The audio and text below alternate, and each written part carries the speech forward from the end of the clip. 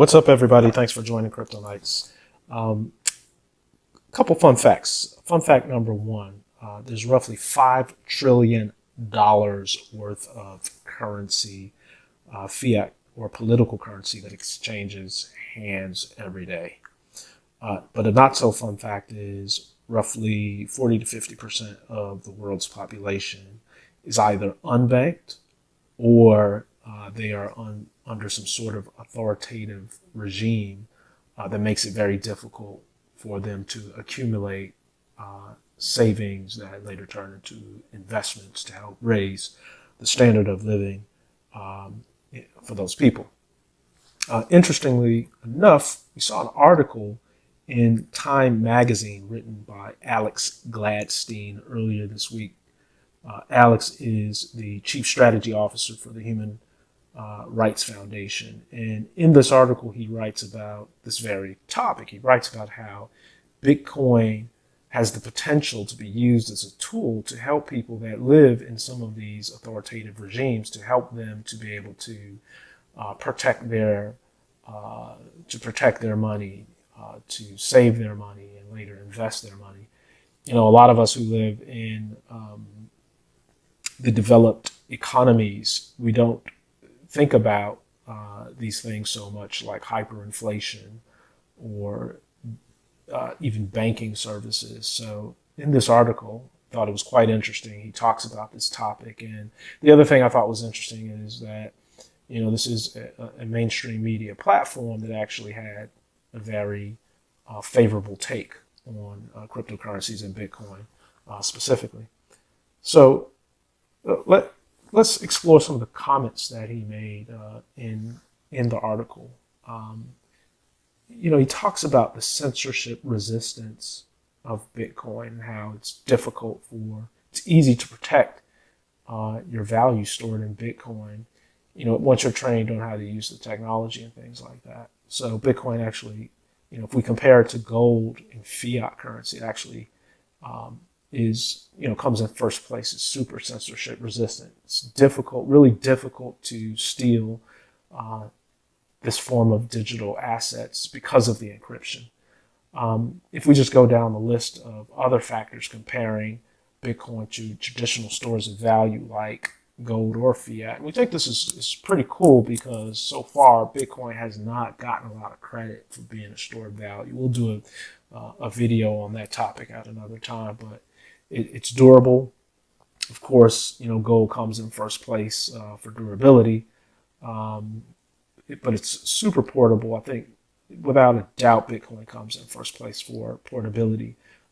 Try, you know, transporting pounds or tons of gold around, you know, see how easy that is versus just saving, you know, your private keys on a nano ledger. It's fungible. Bitcoin is verifiable.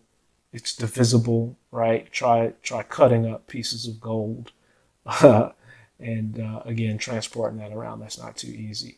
Of course, it's scarce. There's only going to be 21 million Bitcoins mined ever in history. But speaking of history, this is where Bitcoin comes in last place on this table. You know, we just celebrated Bitcoin's 10-year anniversary on January 3rd. Shout out to Trace Meyer for organizing the whole proof of keys movement. But January 3rd was a celebration of the Genesis block for Bitcoin. You know, it's great that this emerging nascent technology has lasted for 10 years, but 10 years is obviously not a long time compared to the thousands of years that societies have used gold. So keeping on this topic, though, let's talk about Bitcoin in the context of all the money in the world. Sorry, not the movie, but literally all of the money in the world. So on this next chart, we just wanted to do that very thing. So right now, Bitcoin, you know, at the beginning of 2019, the entire cryptocurrency market was valued at roughly $130 billion. So really a small market compared to all of the money in the world is measured by other categories of traditional stores of value. So for real estate, we got almost $220 trillion worth of value And you just go down the line here, broad money, including fiat currency, about 90 trillion, corporate and government debt totaling about 80 trillion, and stock markets at 70 trillion. Gold 7 to 8, and then collectible art at 2 trillion. But this is where the opportunity lies, right? So even if a small amount of all of the money in the world is reallocated to cryptocurrencies and Bitcoin in particular, we could be looking at some tremendous growth rates. Let's say over a 3-year time period, if a half of 1% of the total allocation of wealth is transferred into, for instance, Bitcoin, you're looking at a estimated price for each coin somewhere between 45 and 68, almost $70,000 over the next 3 years. That's almost 100, roughly 150 to 200% return every year. To get up, if we get to an allocation of 2%, you're talking about 180 to $274,000 per unit. That's almost a 300% return over the next 3 years.